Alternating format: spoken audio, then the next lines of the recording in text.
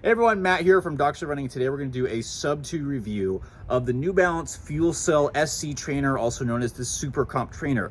So what is this? This is New Balance Super Training Shoe. What's it got? So it's got a huge amount of fuel cell foam, 47 millimeters in the heel, 39 millimeters in the forefoot. That is including the insole, so with an 8 millimeter drop. Tons of foam here, a full-length carbon fiber plate here. They call it NG Arc, and this piece is, yes, to protect the plate from cracking, from running on stuff.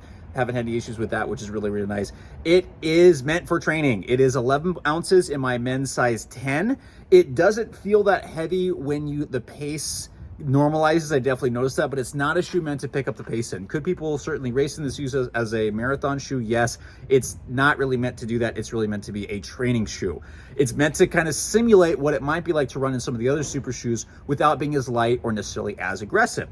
What's it feel like? It is soft underfoot. I wouldn't call it mushy. It is definitely bouncy underfoot. The plate helps kind of stabilize things a little bit. There are some sidewalls of the foam here. There's a nice arch wrap to the upper, slightly snug in the forefoot. Everything else got a decent amount of room. Heel counter, it moves really, really well. Foot is actually really well locked down, which is really, really nice, but it feels best at steady efforts. Picking up the pace, you get a little bit of the bounce, but it's really steady efforts, so really good for recovery runs, daily training. Long runs especially is really, really where this shines. But who's going to be able to use this shoe? So again, people that want to get some of the same stuff from some of the super shoes without being as aggressive as a shoe, this might work really well, but they do need to pay attention to something.